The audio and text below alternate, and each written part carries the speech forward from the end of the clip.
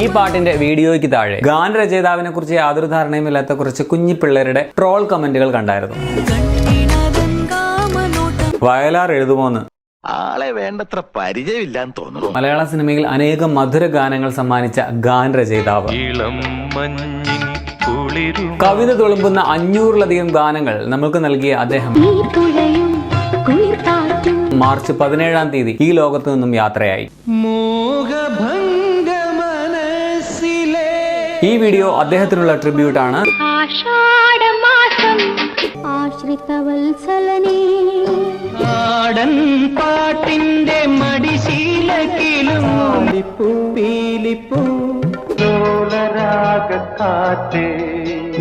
തുമ്പപ്പൂക്കാറ്റിൽ താനെ ഊഞ്ഞാലാടി തുമ്പിപ്പെട്ടാളം തൊഴുകൈ കൂപ്പിയുണരും ശ്രീ മങ്കൊമ്പ് ഗോപാലകൃഷ്ണനെ കുറിച്ച് അദ്ദേഹം എഴുതിയ ഗാനങ്ങളെ കുറിച്ച്